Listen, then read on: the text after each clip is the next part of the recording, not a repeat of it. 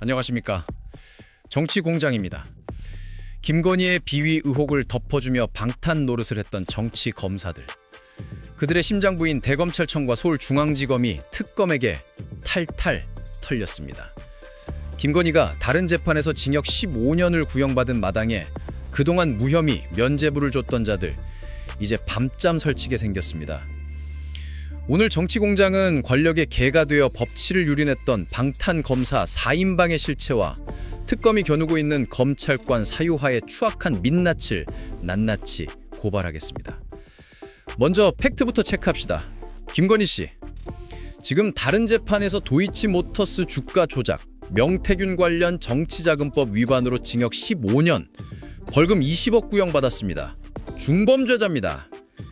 그런데 당시 서울중앙지검 수사팀, 작년 7월 검사들이 공무원증까지 반납하고 어디론가 불려가서 비공개로 출장 조사해줬습니다.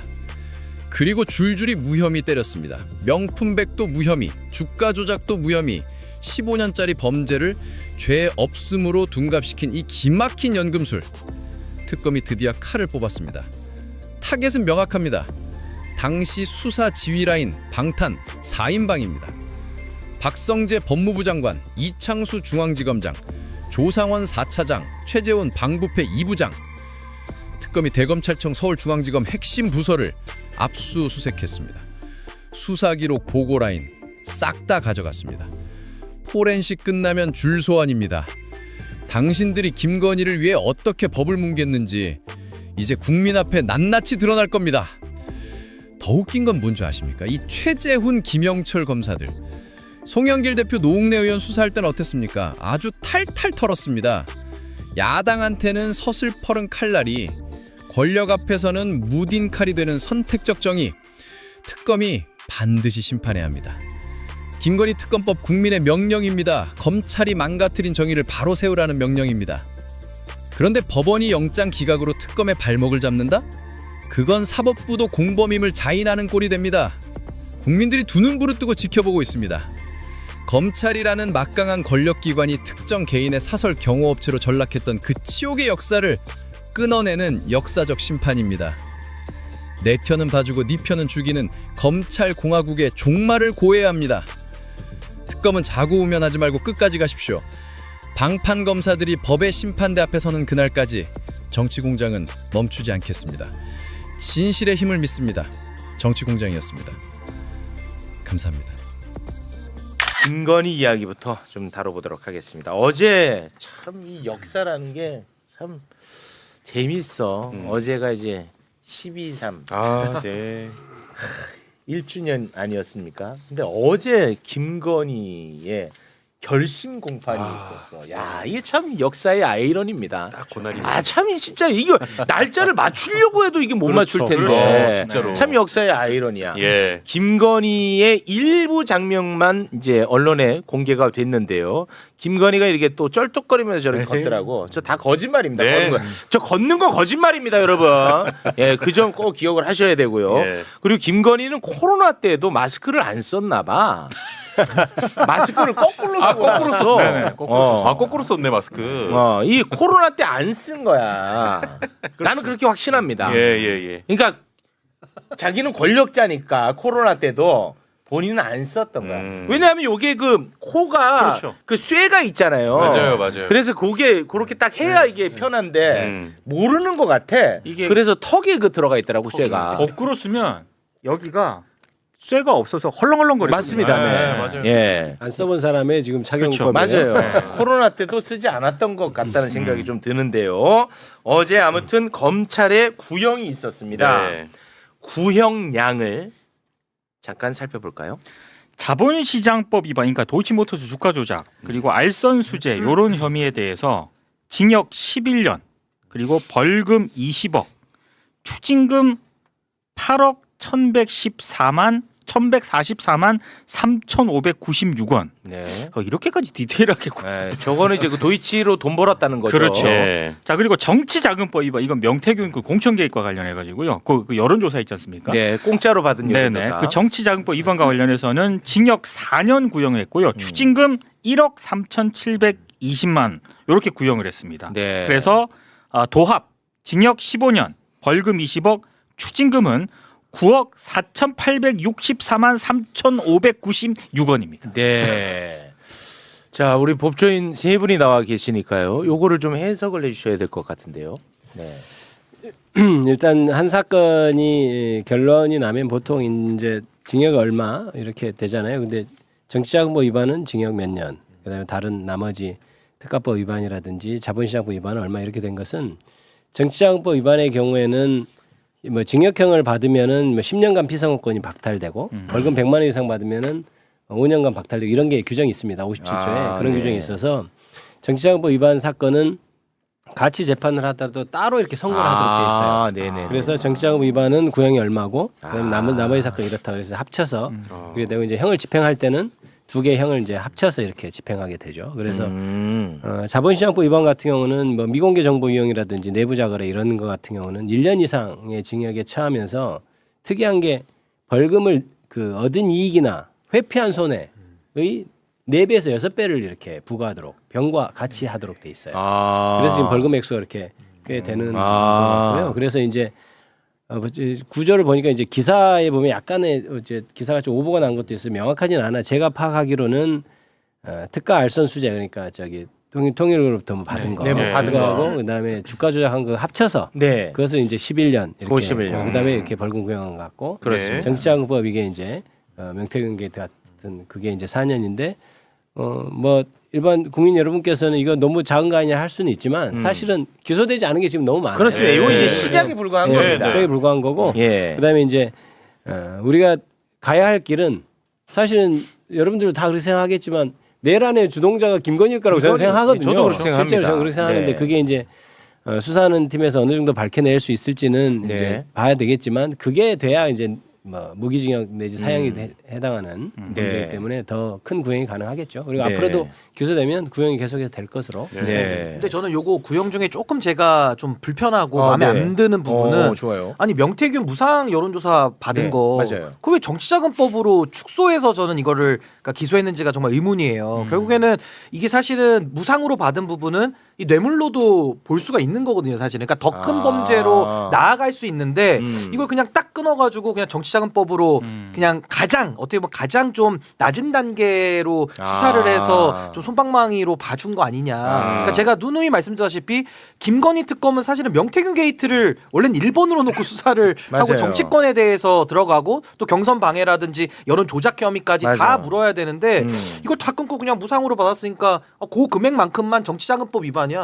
이거는 조금 김건희가 저지른 그 범죄 혐의를 좀 축소해 주는 거 아니냐. 그게 그러면 좀 아쉽습니다. 이런 측면이 있을까요? 예를 들어서 방금 우리 변호사님이 말씀하신 것처럼 여론조사를 공짜로 받은 대가로 공천을 준 거잖아요. 그렇죠. 그렇게 되면 이제 국민의힘 쪽으로 이게 쫙 들어가는 문제가 되다 보니까 그거를 좀 끊을 필요가 있지 않았을까? 그래서 정치자금법으로 기소한 것 아닐까 이렇게 의심할 그러니까 수도 있나요? 사실은 이 명태균 게이트 수사 사안은 이미 포렌식된 것들이 언론 보도로 다 나와 있어요. 네. 그러니까 정치인들 간에 서로 주고받은 카카오톡이나 텔레그램도 다 이미 노출돼서 국민들이 다 알고 있고 우리 매불쇼에서도 많이 다룬 내용인데 네. 그런 부분들에 대해서 형사사법적인 단죄나 여러 가지 조치들이 안 됐기 때문에 저는 그 부분에 대해서는 이 특검이 뭐 할 일이 많아서 그랬다고 면피는 하겠지만은 전 조금은 이 정치권에 대한 수사 의지가 좀 너무 적었던 거 아니냐. 아니 근데 그거는 제가 보기엔 일단 검사님. 김건희라는 사람 자체가 네. 공직자 신분이 없기 때문에 뇌물죄로 우율하기가 좀 까다로웠어요. 어려워요. 그러니까 일단 불가능해.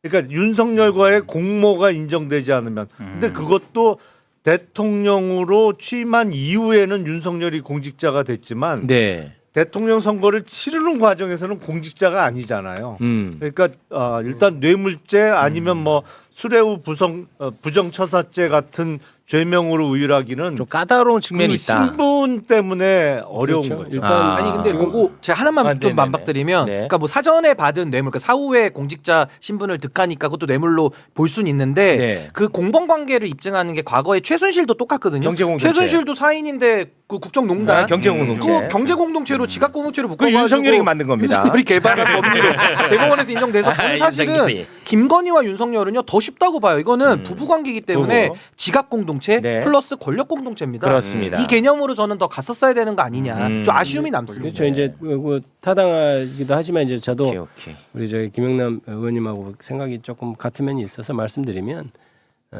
윤석열이 후보일 때는 아직 공직자로서 신분을 취득하지 못하니까 공모관계 입증돼도 약간 의결하기 좀 어려운 면이 있었을 수도 있습니다. 그러니까 그래서 정치자금법 위반으로 기소를 해서 왜냐하면 정치인이면은 이제 공직자가 안 되더라도 네. 정치자금 위반이 되니까 그렇게 되고 뭐 국민 여러분들께서도 사실은 김건희가 V0로 거의 공무원 뭐 윤석열보다 더한 권력을 가졌다 이렇게 생각해서 당연히 이제 더 세게 해야 된다고 생각하시면 또 법리적으로는 또 약간 네네네. 공무원이 아닌 면이 또 있어서 네. 그런 면은 그러니까 네. 윤석열과 공모 부분도 입증해. 요거는 뭐 좀 양쪽 의견이 그건 한번 좀 검토해봐야 다 될 좀 것 같아요. 타당한 것 같아. 네. 내가 볼 때는 아니, 전 양쪽 윤석열이 의견이. 개발해놓은 법리도 있기 맞아요. 때문에 좀 참고를 했으면 좋겠다. 나도 이제 그 내 성격 알잖아. 나도 그랬으면 좋겠어.